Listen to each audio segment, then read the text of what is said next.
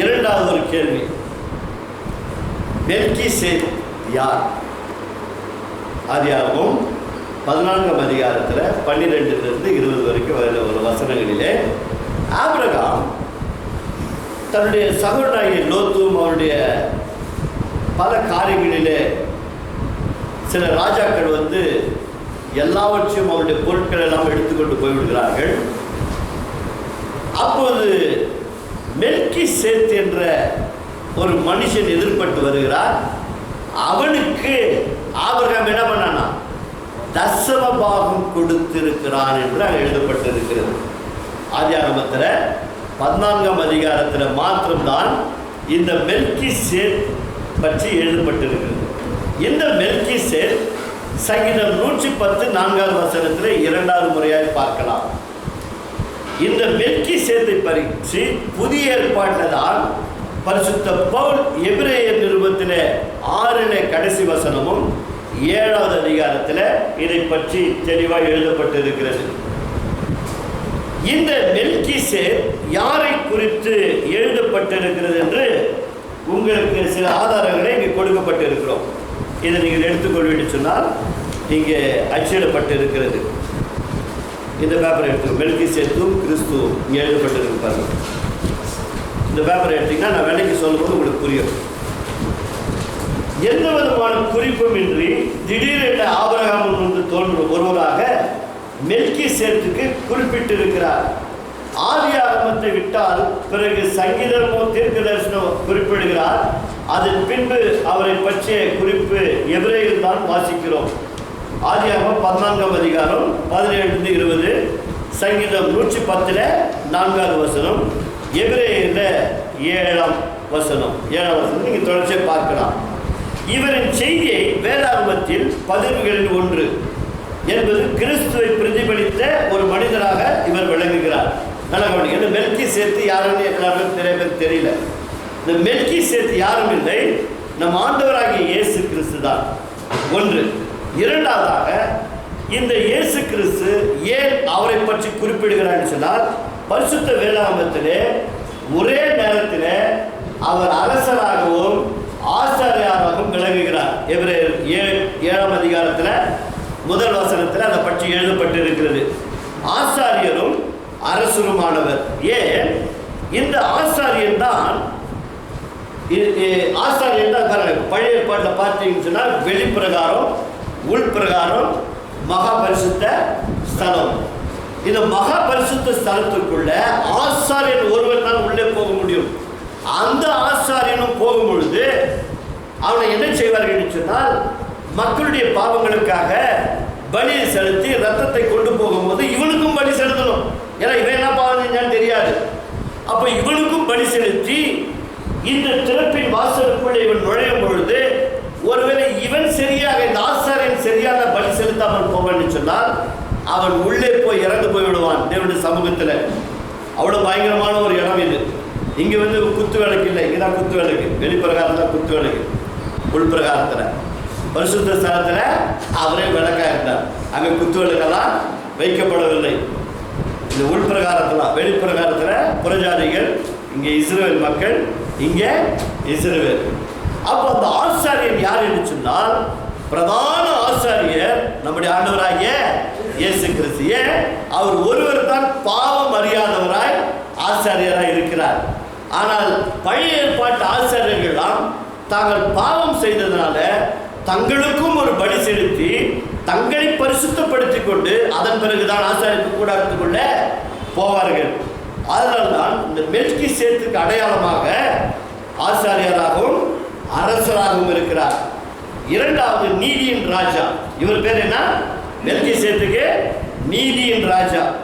அந்த நீதியின் ராஜாவுக்கு வெளிப்படுத்தின சுவிசேஷம் 20ஆம் அதிகாரத்தில் அவரை குறித்து எழுதப்பட்டு வைக்கிறது. சாலோமின் ராஜா, சமாதான ராஜா, 7ஆம் அதிகாரம் 2வது வசனம். இதை பழைய ஏற்பாட்டில் ஏசாயா தீர்க்கதரிசன புஸ்தகத்தில் இயேசு பிறப்பதற்கு முன்பதாக பல நூறு வருடங்களுக்காக உரைக்கப்பட்ட ஒரு வேத சத்தியம் என்னவென்று சொல்லி, அவர் ஆலோசனை கர்த்தர், நித்திய பிதா, சமாதான பிரபு, வல்லமை உள்ள தேவன் அப்போ 5 பேர்களிலே ஒரு பேர் தான் சமாதான பிரபு. அப்ப இந்த மெல்கிசேத் யார் என்று சொன்னால் ஆண்டவராகிய இயேசு கிறிஸ்துவை குறிக்கப்படுகிறது. தாய் தந்தை குறிப்பிடாதவர், மரணம் குறிப்பிடவில்லை, நித்திய தன்மையுடையவர். யாருங்க? இயேசு கிறிஸ்து யாருங்க? நித்திய தன்மையுடையவர். அவருக்கு மரணம்ன்றது இல்லவே இல்லை. அவர் ஆதி அவர் தான், அந்தமும் அவர் தான். அப்போ நீயும் நானும் இன்னொரு கேள்வி கேட்கிறோம், அப்போ அவர் மரிச்சாரு எழுதப்பட்டிருக்கிறது அப்படின்னு இல்லைங்களா? அவர் மாம்சத்திலே நமக்காக வெளிப்பட்டதினால சரீரத்தின்படி மனிதனுடைய பாவங்களை சரீரத்தை சுமந்து தீர்த்ததினால மனிதனை போல பாவத்தின் சம்பளமாகிய மரணத்தை அந்த சரீரம் சந்தித்தது. இந்த ஆவி உள்ள இருக்கிற ஆவி சந்திக்கப்படவில்லை. அதுதான் யோவான் 1:1-2. ஆதியில வார்த்தை இருந்தது, அந்த வார்த்தை தேவனோடு இருந்தது, அந்த வார்த்தையே தேவனாய் இருந்தது, அவரால் என்று வேறொராலும் உண்டாக்கப்படவில்லை. புரிஞ்சுங்களா? மெல்கிசேத்து சாதாரணமாக நினைக்காதீங்க.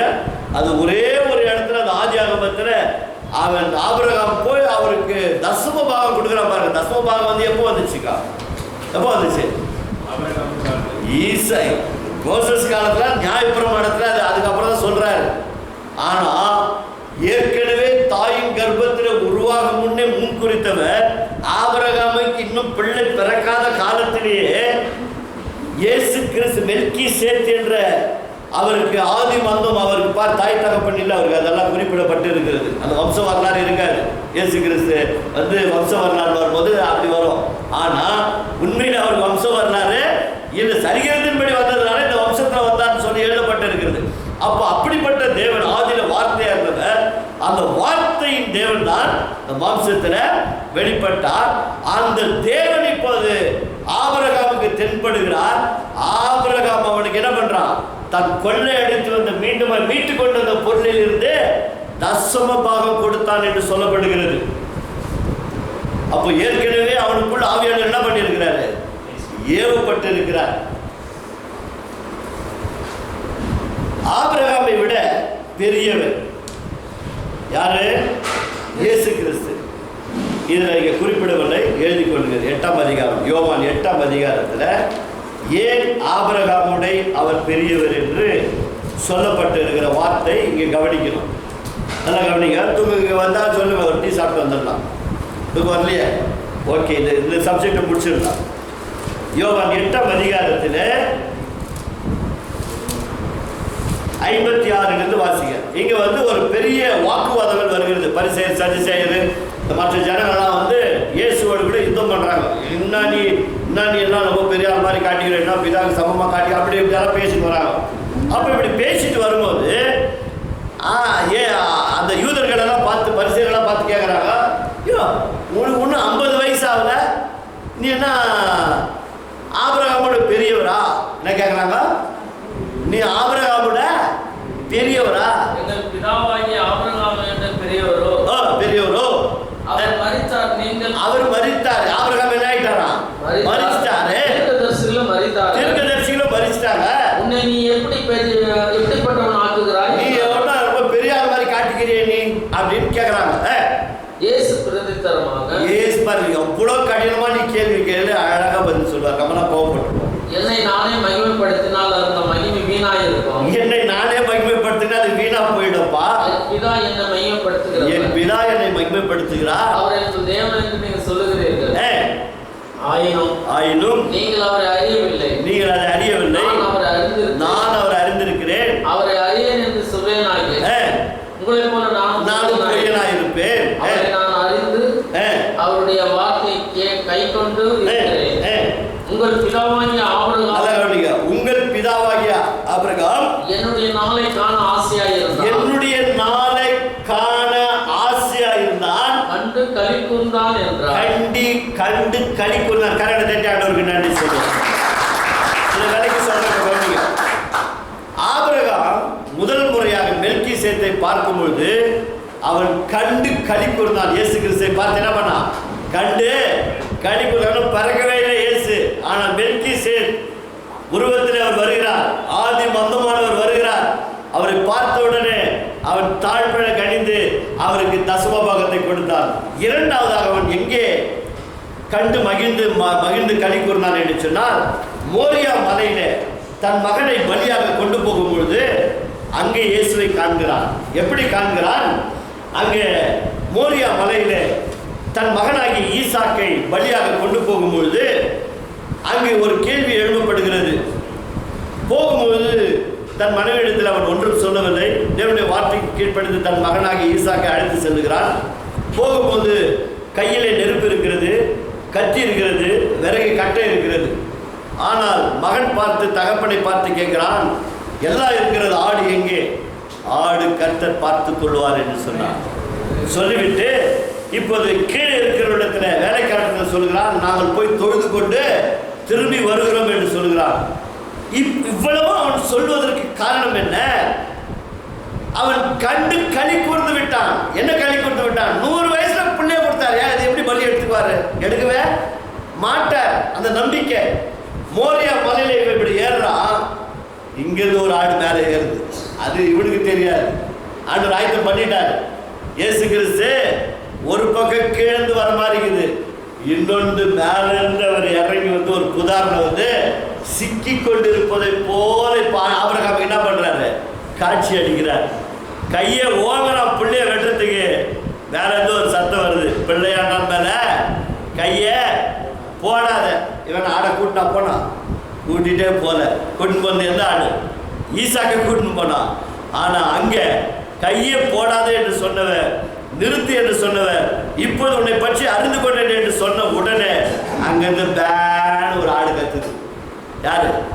நான் வந்துட்டப்பா, ஈசாக்கு பதிலா இயேசு கிறிஸ்துவாக நான் வந்திருக்கிறேன்னு சொல்லினா அங்கே ஒரு மிருகம் கொல்லப்பட்டது. அது இயேசு கிறிஸ்துக்கு முன்னடையாளமாக அதைத்தான் இங்கே அவர்களுக்கு சொல்லுகிறார். இதோ ஆபிரகாம் என்னை பார்த்து மகிழ்ந்து களி கூர்ந்து விட்டார். அல்லேலூயா. ஆனால் மெல்கி சேர்த்து யாரை குறிக்கிறது என்று சொன்னால் இயேசு கிறிஸ்துவை குறிக்கிறது. நித்திய ஆசாரியர் நிழலாட்டமாக பழைய ஏற்பாட்டில் சொல்லப்பட்டது. கிறிஸ்துவே அந்த நித்திய ஆசாரியர். சங்கீதம் 110:4. கிறிஸ்துவின் மெல்கி சேர்த்தாகிய ஆசாரிய முறைமைகளை உலகில் கொண்டு விளங்கினார். இது 7ஆம் அதிகாரத்தில் இவரர் 7ல் அங்கே தெளிவாக எழுதப்பட்டிருக்குது. அப்போ மெல்கி சேத்தின் முறைமையின்படியான ஆசாரியத்துவம் ஆசாரியத்துவத்தை விட மேலானதாக உயர்ந்து விளங்குகிறது. அது ஆபிரகாமையும் தாண்டி அவரை விடவும் மேலதாகி உலக மக்கள் அனைவரையும் உன்னதமான விசேஷித்த உடன்படிக்கை பிணையாளியாக நிற்கும் கிறிஸ்துவை தெளிவாக படம் பிடிக்கிறது. இனி யூத முறைமைகளுக்கு என்ன சிறப்பு, ஆரோனின் முறைமையும் என்னவென்று தெளிவாக நமக்கு இங்கே போதிக்கப்பட்டு இருக்கிறது. அதனால் மெல்கி சேர்த்து யாரும் இல்லைங்க, யாருங்க? அந்த மெல்கி சேர்த்து கிறிஸ்துவை குறித்து தான் போதிக்கப்படுகிறது. அதனால் இந்த மெல்கி சேத்தை பற்றி ஒன்றும் குழப்ப வேண்டாம். மெல்கி சேத்து வந்து இயேசு கிறிஸ்துக்கு ஒரு பழைய ஏற்பாட்டில் எல்லாம் கவனிங்க. இந்த ஆடாக வந்தாலும் சரி, அது மெல்கி சேத்தாக வந்தாலும் சரி, தூதர்கள் மாதிரி சில நேரங்களில் வந்து அந்த வார்த்தையின் குரலை மட்டும் கேட்பார்கள். எல்லாமே அவரை குறித்து தான் சொல்லப்பட்டு இருக்கிறது. அது நிழல், புதிய ஏற்பாடு நெச்சம். பழைய ஏற்பாட்டு பழியெல்லாம் நிழல், புதிய ஏற்பாட்டு பலி நிஜம். பழைய ஏற்பாட்டு பலி செலுத்துகிற ஆசாரியன் உட்கார மாட்டான், நல்லா தெரிஞ்சுக்கோ. பழைய ஏற்பாட்டு ஆசாரியன் 3 ஷிஃப்ட் இல்லை 10 ஷிஃப்ட் போட்டு பலி செலுத்திட்டு இருந்தாலும் கூட அவன் உட்காரவே வாய்ப்பே இல்லை. ஆனால் இயேசு கிறிஸ்து ஒரே தரம் பலி செலுத்தி விட்டு அவர் உட்கார்ந்து விட்டார். கரெக்டாக தட்டியாட்டவர் சொல்லுவாங்க. 10ஆம் அதிகாரத்தில் நீங்கள் வாசித்து பாருங்க. இந்த ஆசாரியன் என்ன பண்ணிட்டாரு? உட்கார்ந்துட்டார். வேலை முடிஞ்சது, எல்லாம் முடிந்தது. அதனால் இயேசு கிறிஸ்து தான் ஆதியும் அந்த மெல்கி சேர்த்து அவர் நிழல், இவர் நிஜம். கண்களை கூடி செலுத்தாச்சு. திருவிழா நல்ல ஆண்டவரே, கொடுக்கப்பட்டிருக்கிற இன்னும் 3 கேள்விகளுக்கு நீங்கள் பதில் கொடுத்தீங்கப்பா, நன்றி செலுத்துகிறோம். இன்னும் இருக்கிற கேள்விகளுக்கெல்லாம் நாங்கள் பதில் பெற்றுக்கொள்ள கர்த்தர் கிருபை செய்யுங்க. இயேசு நாமத்தினால்.